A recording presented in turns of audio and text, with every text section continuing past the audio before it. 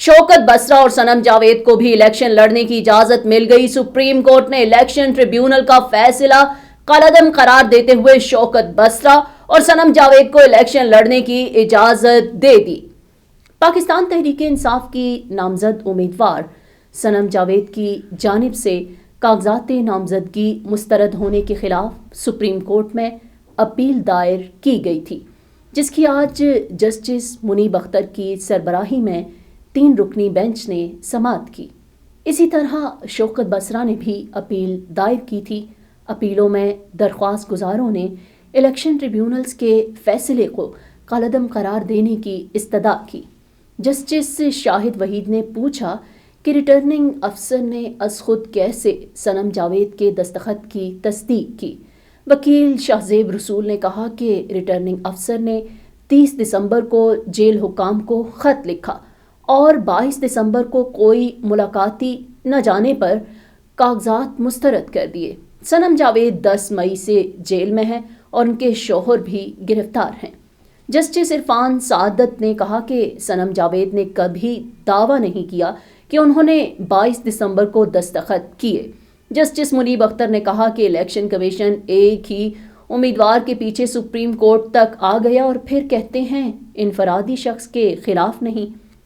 Justice Shahid Waheed ने कहा कि रिटर्निंग अफसर अज खुद इंक्वायरी कैसे कर सकता है।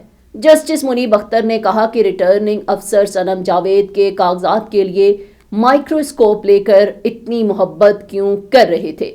इतनी मुशक्कत, इतनी मेहनत, इतनी कोशिश की रिटर्निंग अफसर ने। जस्टिस शाहिद वहीद ने कहा कि रिटर्निंग अफसर ने कागजात मुस्तरद करने के लिए स्क्रूटनी के आखिरी दिन 30 दिसंबर तक इंतज़ार क्यों किया। इस पर वकील ने कहा कि खुसूसी केसेस को आखिरी दिन के लिए रखा गया था। बाद अज़ां सुप्रीम कोर्ट ने आज दोनों उम्मीदवारों के कागजात नामजदगी मुस्तरद करने के इलेक्शन ट्रिब्यूनल के फैसले को कलअदम करार दे दिया और हुक्म दिया कि बैलेट पेपर्स पर दोनों उम्मीदवारों के नाम और इंतखाबी निशान शामिल किए जाएं।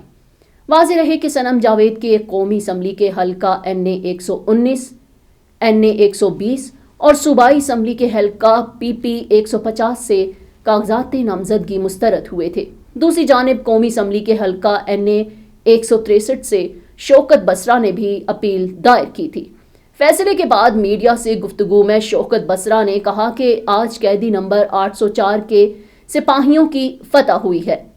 चौधरी परवेज इलाही और सनम जावेद को खराज तहसीन पेश करता हूँ। आज सुप्रीम कोर्ट से हक की फतह हुई है। आज पाकिस्तान की सबसे बड़ी पार्टी PTI है और पाकिस्तान की आखिरी उम्मीद कैदी नंबर 804 है। उन्होंने कहा कि ये फ्रॉड इलेक्शन करवा के क्या करेंगे। पाकिस्तान में इस्तेहकाम आ जाएगा। हमारे लोग नॉमिनेशन पेपर लेने गए तो इन्हें उठा लिया गया। लेवल प्लेइंग फील्ड की बात नहीं करता, हमें सिर्फ फील्ड दे दें। बल्ला निशान लेकर आप क्या समझते हैं हम हार जाएंगे। मुझे और जैन कुरैशी को बेइज्जत करने के लिए जूते का निशान दिया, लेकिन ये जूता मेरे लिए एजाज की बात है। उन्होंने कहा कि मैंने कुरान पाक पर हल्फ लिया है। कैदी नंबर 804 ने नामूस रिसालत का मुकदमा लड़ा।